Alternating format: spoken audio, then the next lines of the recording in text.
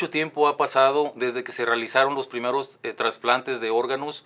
La mayoría de ellos fracasaba hasta que aparecieron en el mundo este tipo de medicamentos para evitar los rechazos. Y precisamente vamos a hablar de cómo se manejan actualmente tanto la donación de órganos como los trasplantes de órganos con el doctor Alejandro Ayón, quien es un médico pediatra, pero además es el coordinador hospitalario de donación de órganos del Instituto Mexicano del Seguro Social, y a quien le doy las gracias por haber aceptado la invitación para que nos dé la información al respecto de este tema tan interesante. Doctor, gracias, doctor, y al contrario, por la oportunidad de platicar con la audiencia sobre este tema tan importante y que tantos beneficios trae a la sociedad. Doctor, vamos a hacer un pequeño corte para ver una cápsula y regresamos inmediatamente para iniciar las preguntas. Vamos al corte. Trasplante de órganos. Es un tratamiento médico indicado cuando toda otra alternativa para recuperar la salud del paciente se ha agotado, que solo es posible gracias a la voluntad de las personas que dan su consentimiento para la donación. Se trata del reemplazo de un órgano vital enfermo sin posibilidad de recuperación por otro sano. Los órganos que se trasplantan en nuestro país son riñón, hígado, corazón, pulmón, páncreas e intestino.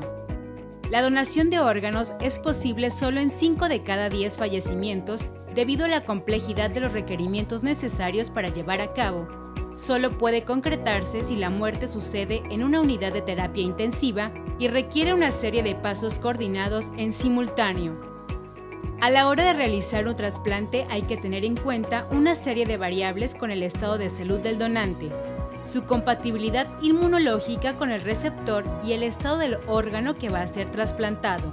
El donante puede ser una persona viva o muerta, como sucede en el trasplante de corazón.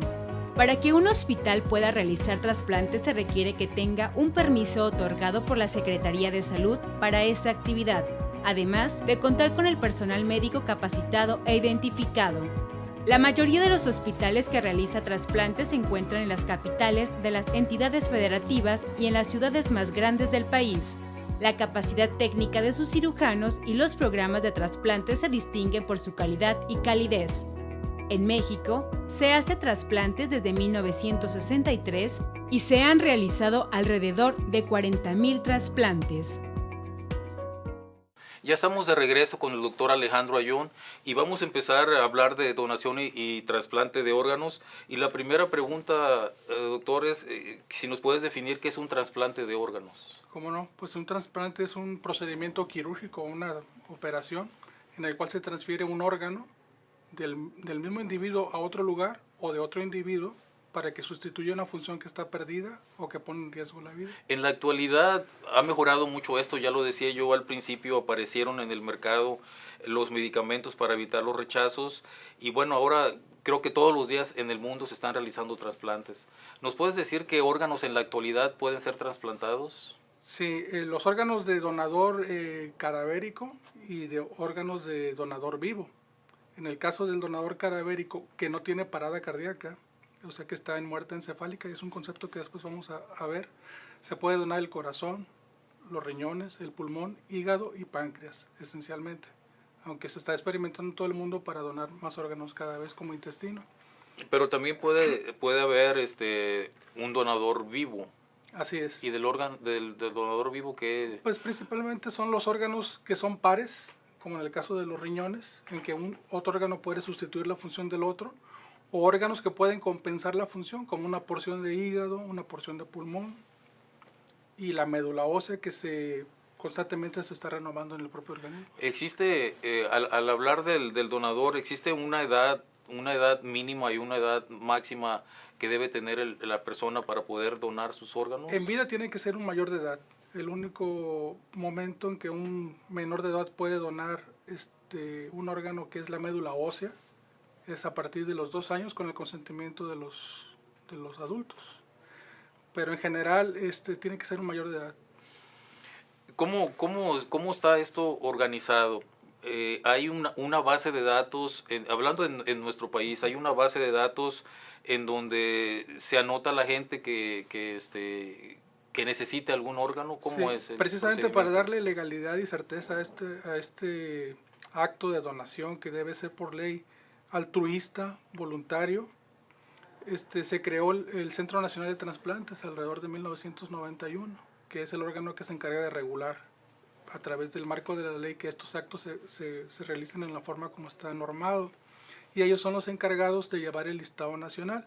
Y cada unidad hospitalaria que tiene su programa de trasplantes lleva su lista de pacientes en espera de un órgano. ¿Es solamente un listado nacional o cada estado tiene su propio listado? ¿Cómo es? El listado es nacional, pero cada hospital tiene su lista en su sistema propio, pero se ponderan, por ejemplo, las alertas nacionales. El sistema nacional permite que la persona que está en más riesgo de perder la vida o que tiene una urgencia de recibir un órgano sea priorizado en primer lugar. O sea, puede ser que esté una lista y haya un paciente que esté en el lugar número 30, pero que está muy grave, y entonces en un momento dado puedes sustituir al que está en el primer lugar de la lista. Así es, podemos hablar que hay una red nacional en la que estamos enlazados todos los coordinadores, y cuando se avisa de una emergencia todos se ponen en contacto para tratar. Si hablamos un poco específicamente de trasplante de riñón, ¿existen algunas contraindicaciones para que la persona lo pueda donar y contraindicaciones para que la persona lo pueda recibir? Sí, principalmente es el riesgo sanitario.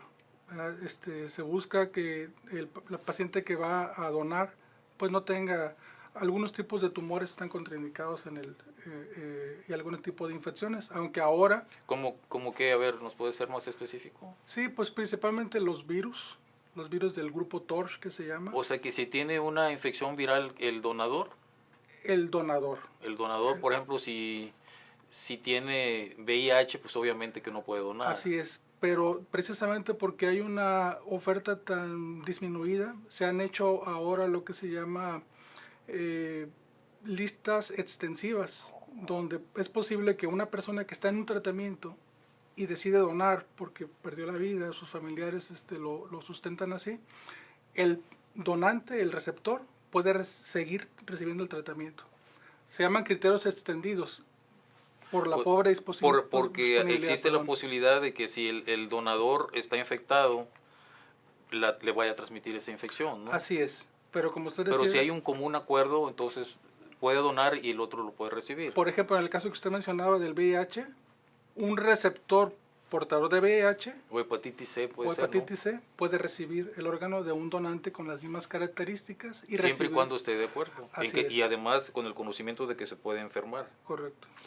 ¿Cómo se integra, cómo se forma el equipo de quien realiza los trasplantes? Porque no es nada más un médico, sino es todo un equipo multidisciplinario que lo integra. Así es, principalmente son cirujanos de especialidad de cada órgano que hicieron una subespecialidad en trasplantes. Actualmente hay diplomados y hay una especialidad médica de trasplantólogo. Y entra ahí un cirujano general, un intensivista, un neurólogo, un nefrólogo, internistas, pero también intervienen trabajadoras sociales, psicólogos y todo esto, ¿no? Psiquiatras. En los comités de trasplantes siempre debe haber algún especialista en temas de la mente y la emoción, como es un psicólogo o un psiquiatra. Sí, porque no es fácil que alguien quiera donar un órgano, estando vivo, por supuesto, pero tampoco debe ser fácil que alguien recibir un órgano de otra persona, ¿no?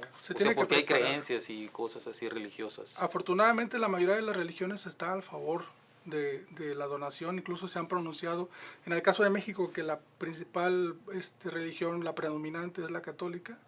Los últimos 3 papas se han pronunciado en favor de la donación de órganos. Incluso recientemente, hace una semana, hubo una misa multitudinaria en Michoacán, donde las familias de los donantes y receptores hicieron una misa y el cardenal, junto con otros cardenales, se pronunciaron a favor de la donación de órganos. ¿Tú tienes una idea de qué tan costoso es realizar un trasplante y si se está haciendo a nivel institucional para la gente que tiene, por ejemplo, tú que trabajas en el IMSS y que son derechohabientes? Sí, definitivamente es costoso. Es costoso el procedimiento. Es un procedimiento muy difícil, donde, como usted dijo, intervienen multitudinidad de especialistas y de personas en los equipos de trasplantes, cirugías que duran 10, 12 o hasta 18 horas han durado. Eso cuesta mucho. En el caso de las instituciones públicas, pues los absorben, los derechohabientes tienen derecho a eso. Y por ley, el acto de donar es gratuito, o sea, no se cobra nada. El que decide donar lo tiene que hacer en forma altruista, voluntaria y gratuita. Aunque por ahí dicen que hay mercado negro, ¿no? En el país no hay ninguna denuncia al respecto, pero precisamente para evitar esos problemas, porque sí en otros países del mundo sí hay un mercado negro, no se puede negar, en Asia sobre todo hay mercado negro, incluso hasta subvencionado por algunas organizaciones donde se ponen en internet, etcétera. Pero aquí en México sí se trata de que sea todo muy transparente. Y el puro supuesto o el que se sospeche que una persona está involucrada ha hecho que personas han perdido su licencia y han hasta penas de cárcel. Si una persona requiere un trasplante, ¿qué es lo que debe hacer? ¿Nos puedes explicar los pasos a seguir? Sí, generalmente son personas que están en un programa de sustitución, por ejemplo, en el caso de los nefrópatas, que es el principal. Pero antes de que esté en eso, o sea, el paciente está enfermo, sí, acude a la institución, se le hace el diagnóstico y ¿qué tiene que hacer para estar ya enlistado? El médico especialista, el que lo está tratando, en el caso de corazón, pues sería el cardiólogo, en el caso de riñón, el nefrólogo, urólogo, etcétera.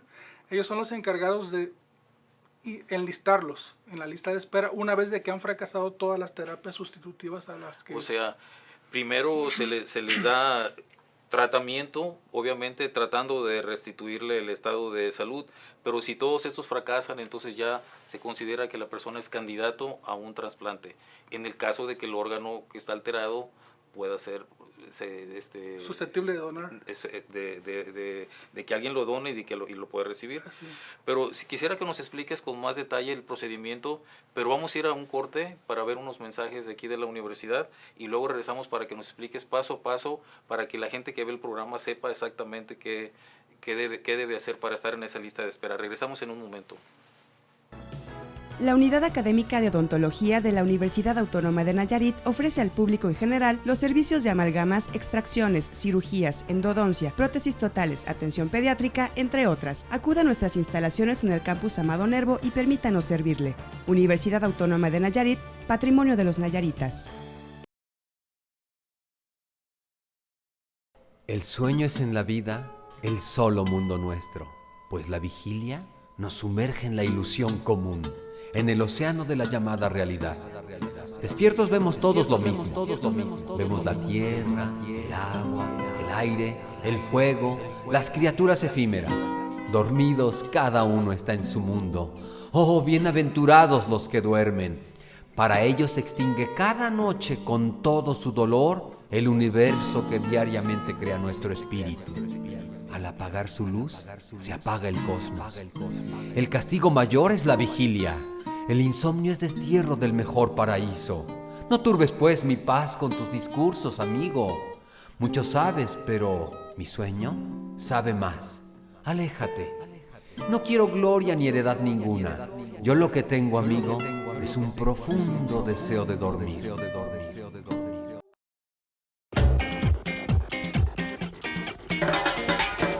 Chécate, es el primer paso. Mídete, bájale a las grasas, al azúcar y a la sal. Muévete, haz ejercicio.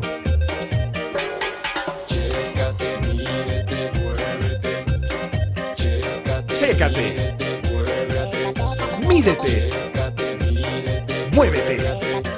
Más vale prevenir. La Unidad Médica Universitaria ofrece sus servicios al público en general en el horario de 8 de la mañana a 8 de la noche de lunes a viernes. Contamos con un extenso surtido de medicamentos de patente y otros servicios médicos. Boulevard Tepic, Jalisco, esquina con Avenida de la Cultura. El artículo 3 de la Constitución insistía en las responsabilidades del Estado en cuestión de enseñanza. Tarea difícil, pues para estas fechas el 73% de la población no sabía leer ni escribir. Como todo proyecto había que comenzar con algo. En este caso fue el ensayo piloto de educación básica, que sobre todo tuvo impacto en la vida sociocultural de varios ejidos.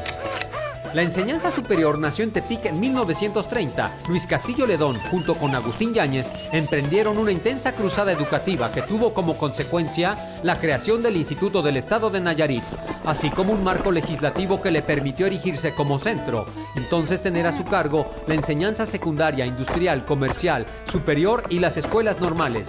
Y a pesar de que el instituto sufriría directamente la inestabilidad política postrevolucionaria, pudo ir preparando el nacimiento de la Universidad Autónoma de Nayarit. La universidad no solo era importante como palanca para impulsar el desarrollo, sino también como movimiento descentralizador. Ya estamos de regreso con el doctor Alejandro Ayón y nos ibas a explicar, doctor, paso a paso, sí quisiera que el público esté enterado de cuáles son los pasos para poder estar en una lista de espera para recibir un órgano que requiere porque está dañado el suyo. Así es, hay varios mecanismos, pero principalmente tiene que ser a través del médico especialista encargado de... O sea, el enfermo no lo puede hacer directamente. No. A ver, explícanos, por Sí. favor. Es un paciente que ya ha sido captado por un servicio de especialidad y que está en tratamiento. ¿Puede ser de cualquier institución de salud? Sí, todas las instituciones tienen coordinadores de donación. El Programa Nacional de Desarrollo quiere elevar la tasa de donación, sobre todo a donador cadavérico, porque si me permite decirlo, doctor, aquí todo el mundo voltea a ver a México porque estamos en una situación muy, muy especial. Aquí tenemos una tasa de donación de donador vivo muy alta comparado con el resto del mundo. La gente está dispuesta a donar órganos en vida, a desprenderse de un riñón o de una porción de hígado o de pulmón para un paciente vivo relacionado, que tiene que ser relacionado Familiar sobre todo. Exactamente. Pero cuando ya fallecen, ya no quieren donar. Al contrario de lo que pasa en el resto del mundo, donde la tasa de donación cadavérica es muy elevada y la de donador vivo no, porque el donador que dona en vida disminuye su calidad de vida. Pero entonces todas las instituciones de salud están coordinándose para tener coordinadores de donación hospitalaria. El ISSSTE Salubridad, aquí en Nayarit pronto va a tener el Hospital General un coordinador que está haciendo el diplomado, que por ley marca el Senatra, que debe tener un diplomado aprobado. Debe estar perfectamente capacitado y tener todos los conocimientos al respecto. Así es. Entonces ya pronto vamos a tener otro coordinador más que me va a ayudar en estas labores en Nayarit. Y así como lo decía, tiene que ser a través de un especialista que lo enlista, porque la ley dice que debe estar cuando menos 48 horas antes de recibir un órgano inscrito en el Sistema Nacional de Registros. Para los temas de transparencia, ¿verdad? ¿Y cuánto tiempo se lleva este procedimiento? Si el paciente va al hospital y el médico le dice ya no hay nada que podamos hacer desde el punto de vista de tratamiento médico, ¿qué tanto se lleva el procedimiento de que ya esté en la lista de espera? Sí, tiene que ser un protocolo.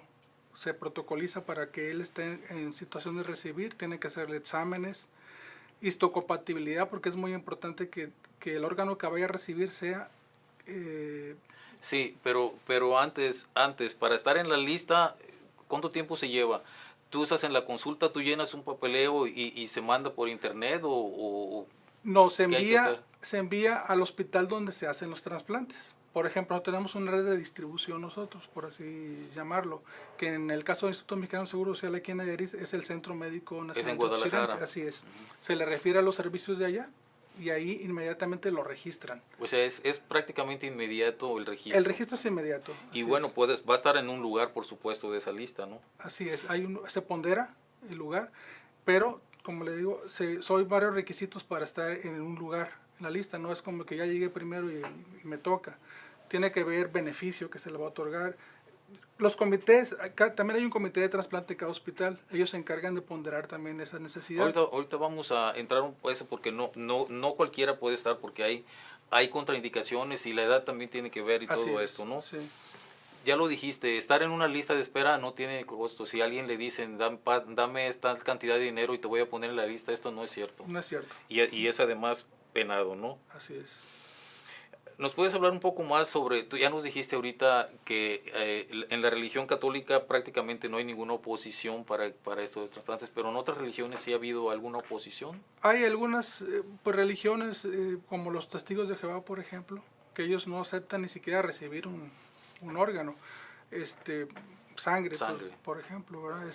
Ellos no lo aceptan, pero en general la mayoría de las religiones están a favor de la donación. Un solo fragmento de tu piel, un solo fragmento de tu hueso tiene toda la información genética tuya, y realmente los órganos que tenemos nosotros van a ser inmediatamente... Se van a incorporar al cuerpo del quien lo recibe, ¿no? Así es, pero en el caso de que no se otorgue, pues inmediatamente va a la descomposición natural. Se va a rechazar. Se va a rechazar, así es. Porque sí hay que mencionar que no nada, estamos hablando ahorita de los riñones, pero igual hablamos del corazón, pero también de algunos tejidos, ¿no? Como es la piel o el hueso, también se puede en un momento dado hacer trasplantes. Sí, esos son los tejidos que se pueden donar en parada cardíaca. Con el corazón ya no latiendo. Esos son la donación de tejidos, así es. El paciente se debe haber declarado que tiene muerte cerebral, como se dice. Así es un concepto muy interesante porque mucha gente lo confunde. Confunden con el estado vegetativo, con el coma, con la muerte encefálica, que son conceptos totalmente diferentes.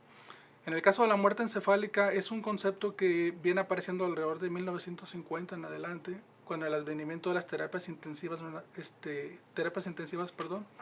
donde un paciente puede estar conectado a un respirador mecánico y por el influjo de drogas seguir latiendo su corazón y sin embargo ya dejó de vivir. Ese es el concepto de muerte encefálica. El tallo cerebral, que es el que rige las funciones vitales, se destruye por la ausencia de flujo cerebral y hay mecanismos para comprobarlo, de hecho la ley lo exige. Una vez que es difícil aceptar este concepto porque a veces el familiar ve a su paciente conectado a una máquina con un colosón y se ve rosado, bien, que está respirando y todo. Exactamente, pero él ya no está vivo. O sea, ya nunca va a despertar. No va a regresar. Al contrario de lo que es el coma o el estado vegetativo. En donde existe la posibilidad de que se recupere. Así es. Porque se ha documentado casos de que han pasado meses o tal vez años y de repente despiertan. Sí, ¿no? afortunadamente la ley ya ha dispuesto de mecanismos para comprobar la muerte encefálica que clínicamente se puede demostrar, pero la ley exige métodos de gabinete y imagen para que demuestren que el paciente ya tiene muerte encefálica. Es en ese momento que cuando ya no va a regresar. Que ya no va a regresar, así es. Y hablando precisamente del donador, ¿quiénes son los donadores y qué pasa con la familia, con la gente que rodea a esa persona que está ahí ya con esta muerte y que nunca va a regresar a ser como era antes? Sí, bueno, el principal grupo de pacientes son pacientes jóvenes, 18 a 35 años, porque son los pacientes que llegan a las terapias intensivas con un trauma craneal severo. Generalmente por accidentes, ¿no? Así es, ya está entre la tercera y cuarta causa de muerte en México. Accidentes, homicidios dolosos,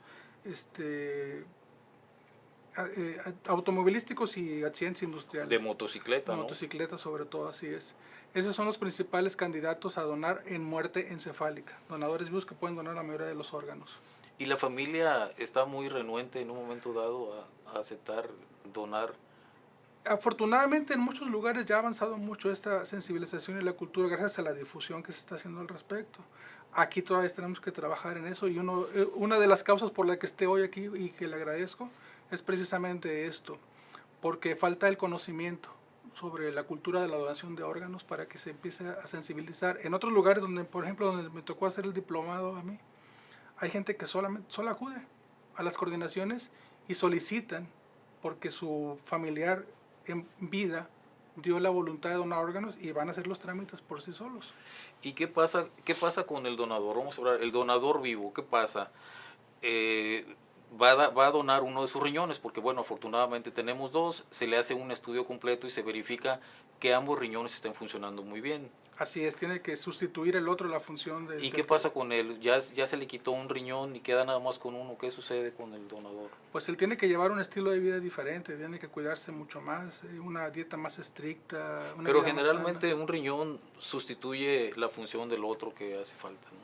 Sí, de todo modo. Prácticamente hacen su vida normal, solo cuidándose de algunas cosas que pudieran dañarlo, ¿no? Por el riesgo que tiene de que no va, en caso de que llegara a dañarse ese único riñón que tiene, pues ya no tendrá el otro que compense, ¿verdad? ¿Y qué pasa con el donador que ya es cadáver?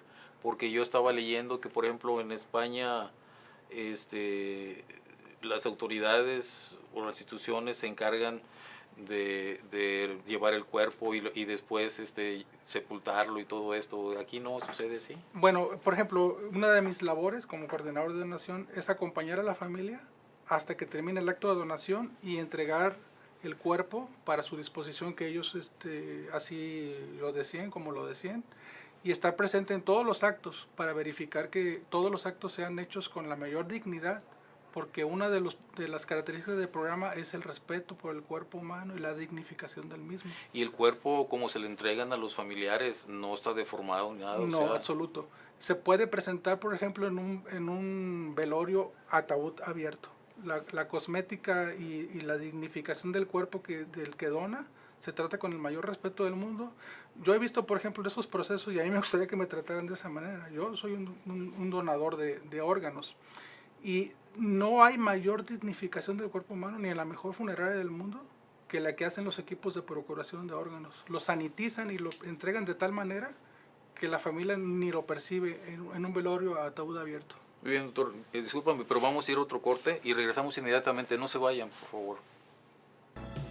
La Unidad Académica de Odontología de la Universidad Autónoma de Nayarit ofrece al público en general los servicios de amalgamas, extracciones, cirugías, endodoncia, prótesis totales, atención pediátrica, entre otras. Acuda a nuestras instalaciones en el campus Amado Nervo y permítanos servirle. Universidad Autónoma de Nayarit, patrimonio de los nayaritas. El sueño es en la vida el solo mundo nuestro, pues la vigilia nos sumerge en la ilusión común, en el océano de la llamada realidad. Despiertos vemos todos lo mismo. Vemos la tierra, el agua, el aire, el fuego, las criaturas efímeras. Dormidos cada uno está en su mundo. Oh, bienaventurados los que duermen. Para ellos se extingue cada noche con todo su dolor el universo que diariamente crea nuestro espíritu. Al apagar su luz, se apaga el cosmos. El castigo mayor es la vigilia. El insomnio es destierro del mejor paraíso. No turbes pues mi paz con tus discursos, amigo. Mucho sabes, pero mi sueño sabe más. Aléjate. No quiero gloria ni heredad ninguna. Yo lo que tengo, amigo, es un profundo deseo de dormir.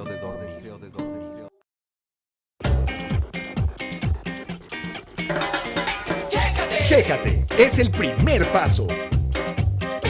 Mídete, bájale a las grasas, al azúcar y a la sal. Muévete, haz ejercicio. Chécate, mídete, muévete. Chécate, muévete. mídete, Chécate, mídete, muévete.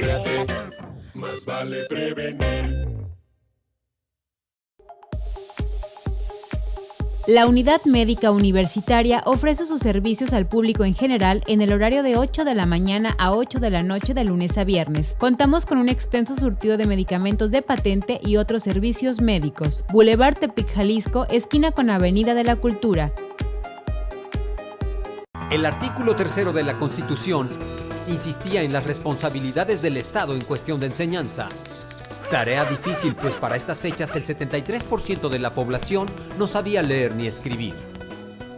Como todo proyecto había que comenzar con algo. En este caso fue el ensayo piloto de educación básica, que sobre todo tuvo impacto en la vida sociocultural de varios ejidos. La enseñanza superior nació en Tepic en 1930. Luis Castillo Ledón, junto con Agustín Yáñez, emprendieron una intensa cruzada educativa que tuvo como consecuencia la creación del Instituto del Estado de Nayarit, así como un marco legislativo que le permitió erigirse como centro, entonces tener a su cargo la enseñanza secundaria, industrial, comercial, superior y las escuelas normales. Y a pesar de que el instituto sufriría directamente la inestabilidad política postrevolucionaria, pudo ir preparando el nacimiento de la Universidad Autónoma de Nayarit. La universidad no solo era importante como palanca para impulsar el desarrollo, sino también como movimiento descentralizador.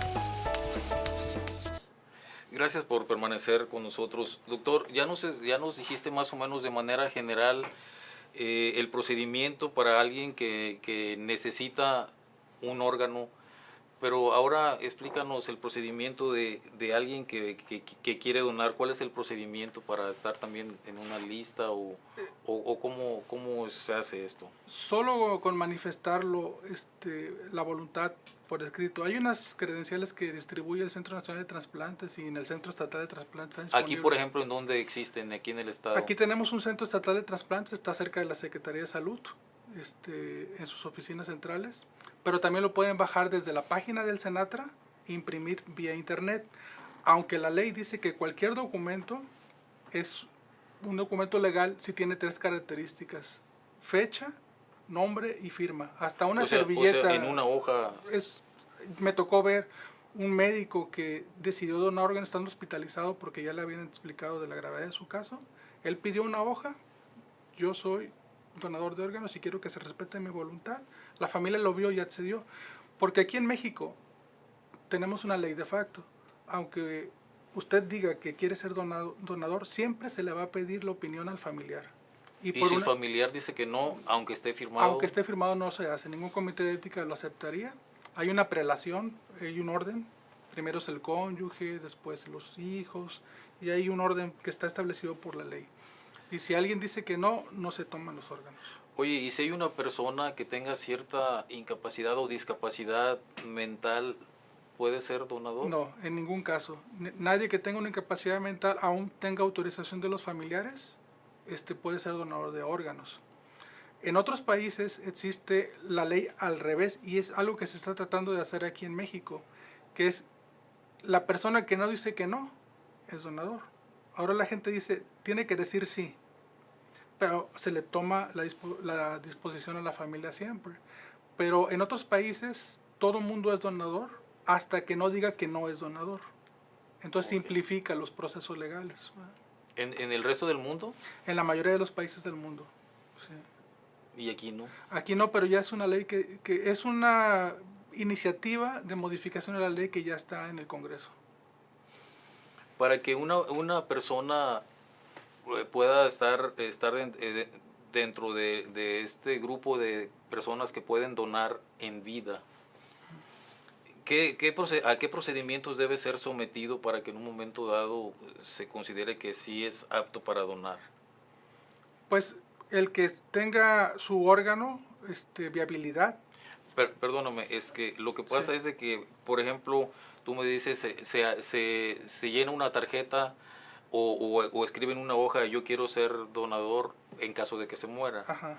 Pero en caso de que esté vivo y ahí también se llene, o sea, ¿qué es lo que tiene que hacer para poder decidir que sí puede ser candidato a donar? En primer lugar, que haya compatibilidad.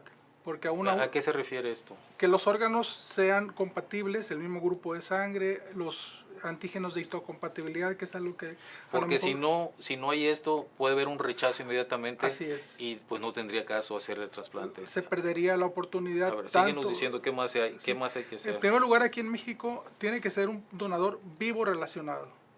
O sea, que sea familiar. Que sea familiar directo o indirecto. También los familiares políticos pueden hacerlo. Pero en el pasado había casos en que el trabajador de un gran empresario decidía donar sospechosamente gratuitamente sus órganos. Entonces, por eso la ley ha dispuesto que solamente puede donar en vida un familiar relacionado con él.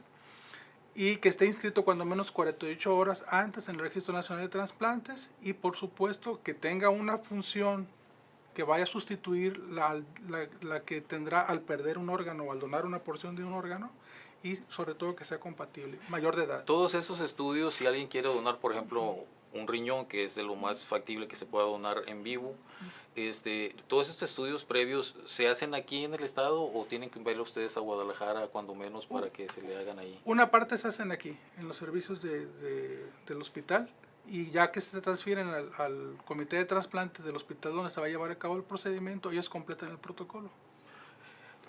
Se puede dar el caso de aun cuando el donador sea familiar de la persona que requiere el órgano, haya incompatibilidad, ¿no? Así es. Y entonces se descartan los familiares y entonces se podrá echar mano de otra persona que no sea familiar o tendrá que esperar hasta que haya un Si no hay ningún cadáver. vivo relacionado, tendrá que ser de un donador cadavérico, efectivamente.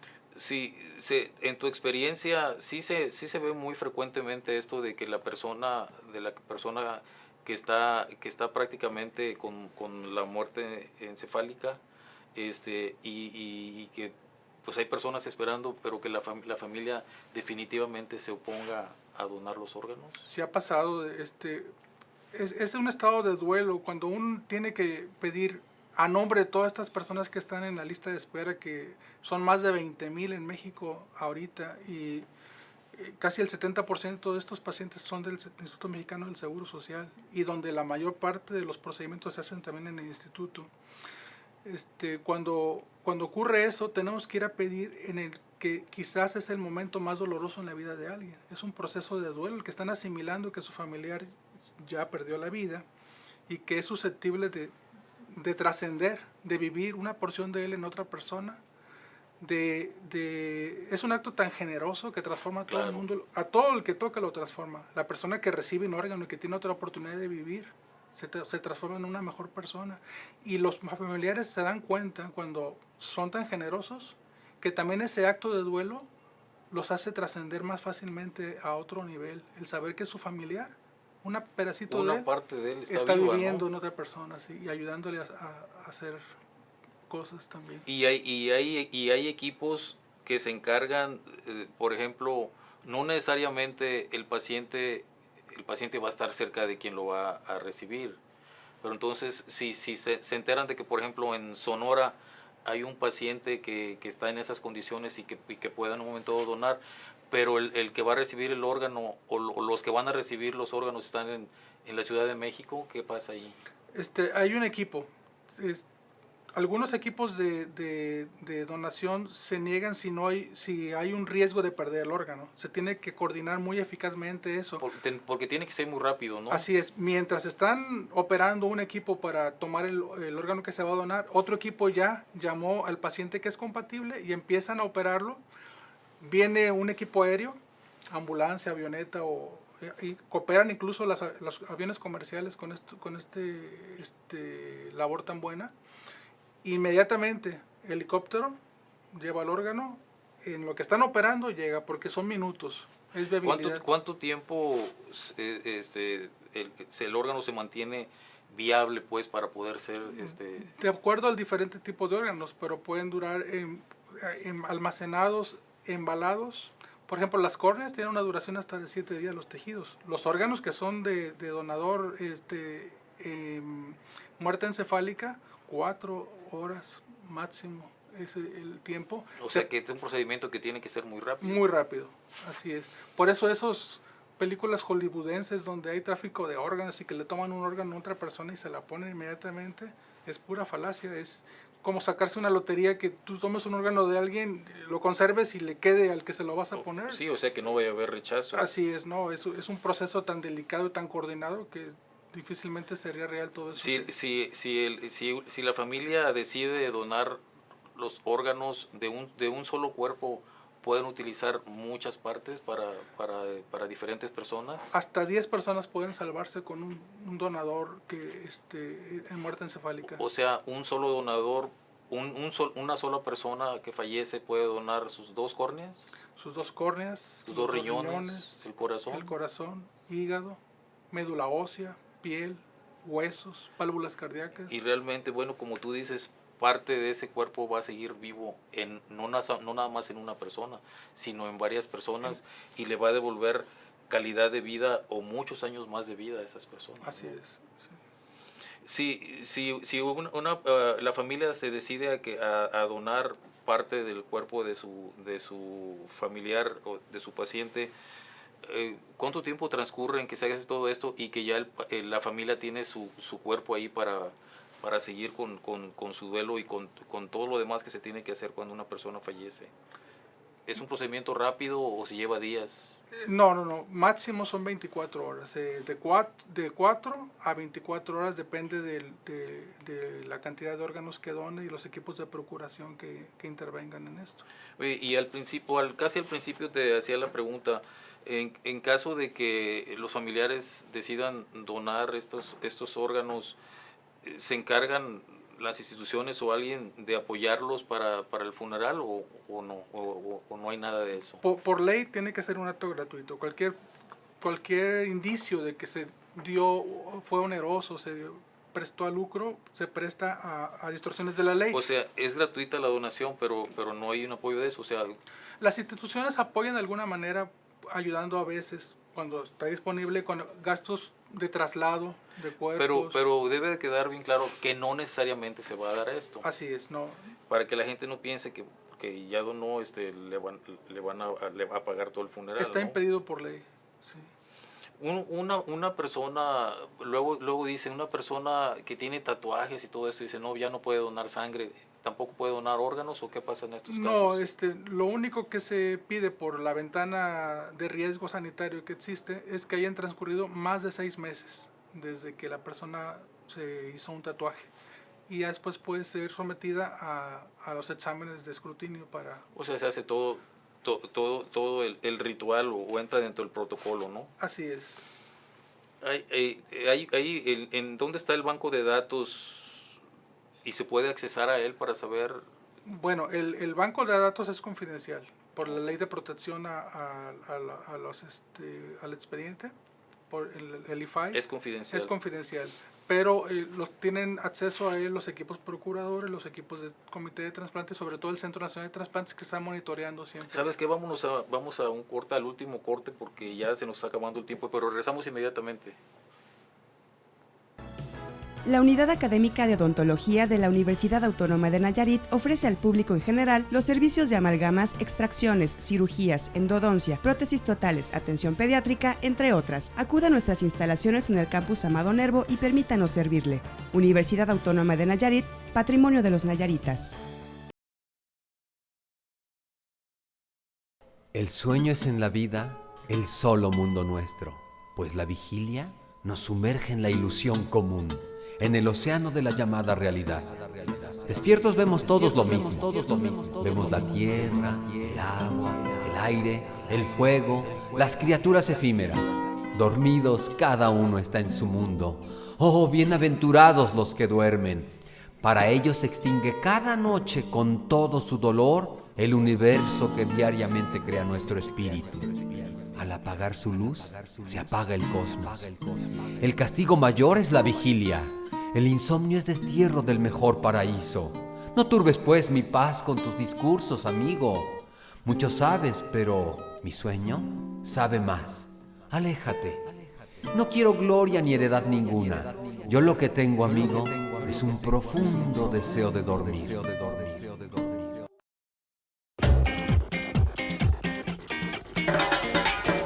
Chécate, es el primer paso. Mídete, bájale a las grasas, al azúcar y a la sal. Muévete, haz ejercicio. Chécate, mídete, muévete. Chécate, Mídete, muévete. mídete, Chécate, mídete, muévete. más vale prevenir. La Unidad Médica Universitaria ofrece sus servicios al público en general en el horario de 8 de la mañana a 8 de la noche de lunes a viernes. Contamos con un extenso surtido de medicamentos de patente y otros servicios médicos. Boulevard Tepic, Jalisco, esquina con Avenida de la Cultura. El artículo 3 de la Constitución insistía en las responsabilidades del Estado en cuestión de enseñanza. Tarea difícil, pues para estas fechas el 73% de la población no sabía leer ni escribir. Como todo proyecto había que comenzar con algo. En este caso fue el ensayo piloto de educación básica, que sobre todo tuvo impacto en la vida sociocultural de varios ejidos. La enseñanza superior nació en Tepic en 1930. Luis Castillo Ledón, junto con Agustín Yáñez, emprendieron una intensa cruzada educativa que tuvo como consecuencia la creación del Instituto del Estado de Nayarit, así como un marco legislativo que le permitió erigirse como centro, entonces tener a su cargo la enseñanza secundaria, industrial, comercial, superior y las escuelas normales. Y a pesar de que el instituto sufriría directamente la inestabilidad política postrevolucionaria, pudo ir preparando el nacimiento de la Universidad Autónoma de Nayarit. La universidad no solo era importante como palanca para impulsar el desarrollo, sino también como movimiento descentralizador. Estamos entrando ya al último segmento de este programa en donde estamos hablando precisamente de la donación y trasplante de órganos con el doctor Alejandro Ayón. Tú mencionaste algo hace un momento, pero te quiero volver a hacer la pregunta si ustedes tienen el conocimiento de que en nuestro país exista tráfico ilegal de órganos.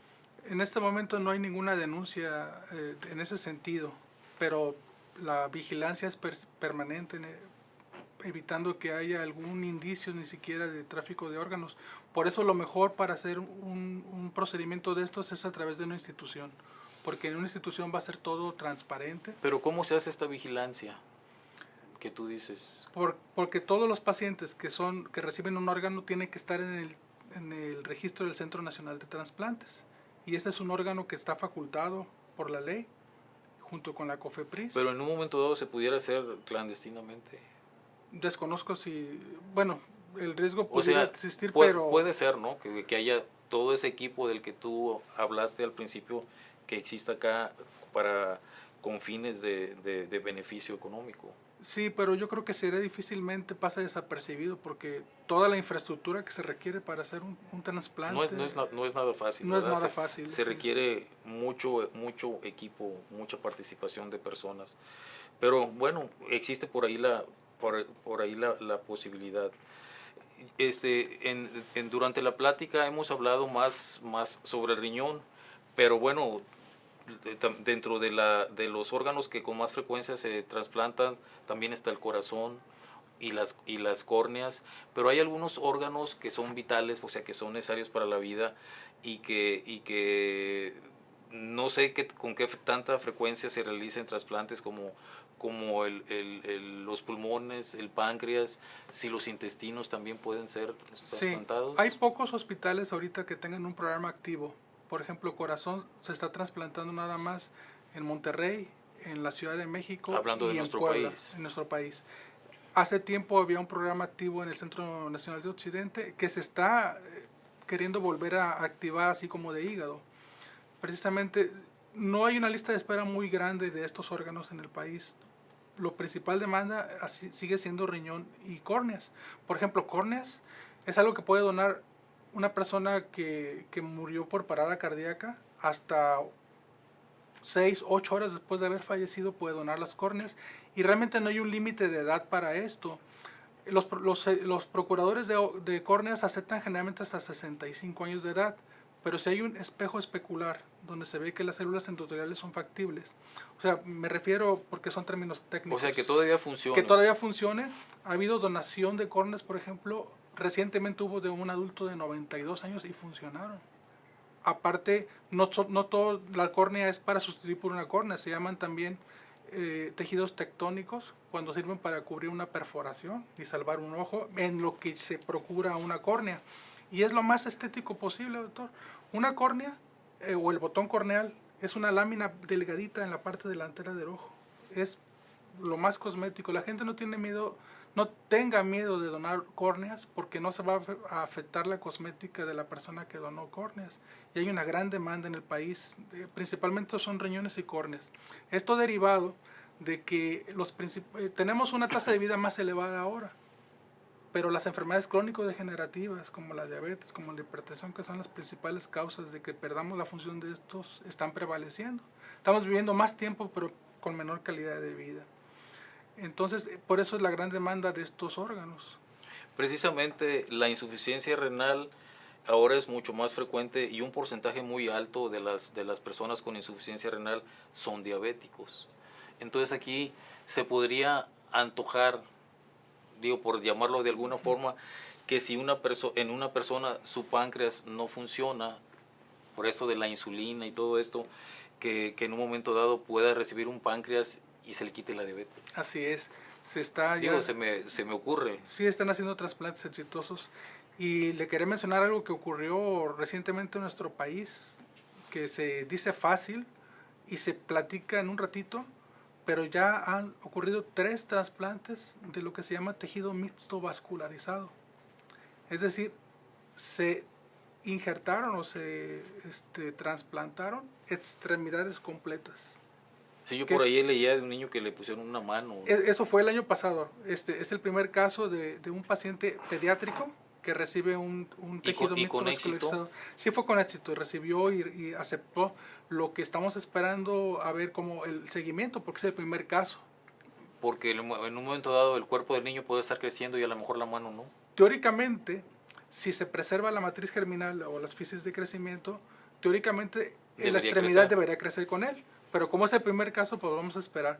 Pero es un portento eso, es un portento de tecnología, Claro. el poder conectar vasos, Nervios. arterias, nervios, hueso, músculo, tendones, y que el paciente lo reciba y haya actividad de esa extremidad cadavérica que se trasplantó. Son cosas que se platican en un minuto, pero es un portento eso. Claro, claro que sí. Y hablando, quisiera que nos hables un poco de las complicaciones. ¿Qué complicaciones puede tener un paciente o una persona que recibe un órgano? Principalmente es el rechazo, porque es un tejido halógeno, que es decir, viene de otro organismo, y el cuerpo inmediatamente su sistema de defensa lo va a rechazar. Empieza a rechazar. Pero ha habido muchos avances en ese sentido. Los medicamentos inmunosupresores que se están utilizando hoy son más benignos y más potentes, y cada vez se están perfeccionando más. Yo creo que ha sido el avance más importante en los últimos años, el tratamiento del rechazo del Y hígado. una persona que recibió ya un órgano, ¿tiene que estar toda su vida tomando estos medicamentos para evitar el rechazo? No. Hay un seguimiento. Generalmente son 2, 3 años, y después ya... Lo deja de ya que tomar. se incorpora. No, sigue tomándolo, pero ya no con la frecuencia o con la Ok. dosificación. Pero que lo tendrá que seguir tomando lo va a toda su tener que- vida. Así es. ¿Qué otras complicaciones puede haber del rechazo? Infecciones. Infecciones. Que se ha perfeccionado mucho todo esto de la asepsia y antisepsia en cualquier tipo de Así cirugía, es. ¿no? Pero son de las cirugías más higiénicas que se realizan. Los equipos de trasplante son los más especializados que hay. Aún el riesgo existe. En cualquier procedimiento quirúrgico las infecciones son un tema difícil, aún en un paciente que no tiene estos problemas. Cuando una persona ya no le funcionan sus 2 riñones y va a recibir un riñón, no hay necesidad de quitarle los riñones enfermos, ¿no? Se coloca el riñón en otro sitio que tenga su arteria y que tenga su vena para que esté circulando la sangre. Así es. Incluso hablábamos al principio de los criterios para donar.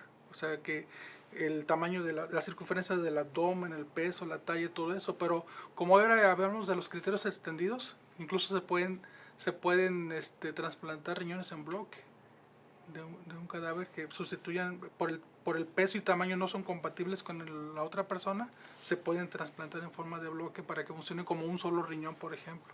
A ver, ¿los dos? Los dos, sí ha ocurrido.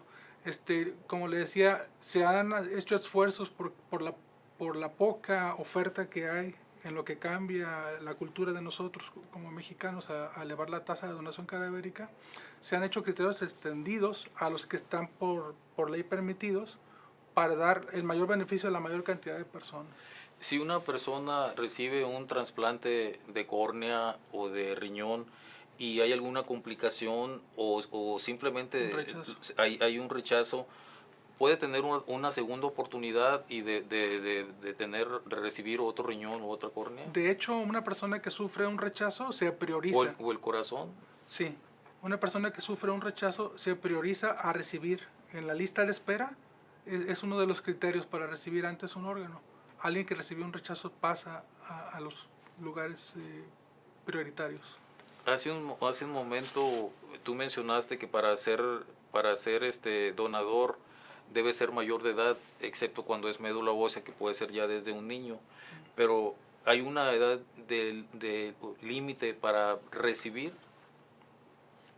No la hay. Se puede recibir a cualquier edad, pero siempre se prioriza. Los criterios para recibir un órgano son el beneficio. Por ejemplo, en un comité de trasplantes, un adulto joven del que depende una familia, por ejemplo, estaría ponderado en primer lugar que una persona que, por ejemplo, ya está sin menospreciar cualquier edad, se tiene que ponderar en base a la pobre Pues oferta. aquí se le daría preferencia a un joven que un anciano. Sí, siempre un menor de 18 años. El pediátrico va antes que cualquier otro paciente. O sea, un niño va antes. A nivel mundial. Son las reglas. Sí, y también pues el beneficio que se le pueda ofertar a la persona que va a recibir. Son varios criterios y se reúne un comité de trasplantes en cada hospital para ver quién es el primero en recibir. Son quienes toman la última palabra, ¿no? El comité. De quién va a entrar, quién va a recibir los órganos. Así es. Que se consigan o que se tengan en su momento. Y ¿qué mensaje podías darle tú a la población tratando de estimularlos o hacer para que se decidan a ser donadores una vez que fallecen? La gente que se ha decidido...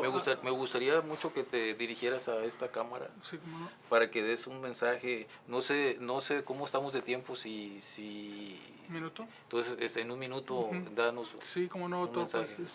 lo que quiero es que la gente se decida sobre todo, a respetar la voluntad del que decide donar. Nos ha ocurrido que mucha gente lo expresa, yo soy donador y quiero donar, pero el que toma la decisión aquí en México es la familia, la familia la que decide finalmente. Sobre todo que respeten la voluntad del que en vida deseó donar, porque a veces es un acto irreflexivo, llevado por el dolor. Y muchas personas que se han negado al principio, después se han acercado a mí y me han dicho, hubiéramos donado, pero ya es tarde. Son decisiones que se tienen que tomar rápido. Y yo tengo que hablar por todo ese grupo de personas que no pueden venir a solicitarlo. Abogo a la generosidad de la familia para que respeten y que vean que ese acto va a transformar a la sociedad en su conjunto. Es un acto de gran trascendencia espiritual. La persona se eleva por encima de cualquier otra persona. Es el acto más generoso que existe. Claro, habría que hacer mucho para mejorar la cultura de la donación. Yo le doy las gracias al doctor Alejandro Ayón por haber estado en esta ocasión con nosotros y muchas gracias al público que nos ve semana a semana aquí en Construyendo. Muchas gracias y nos vemos en una próxima emisión. Gracias.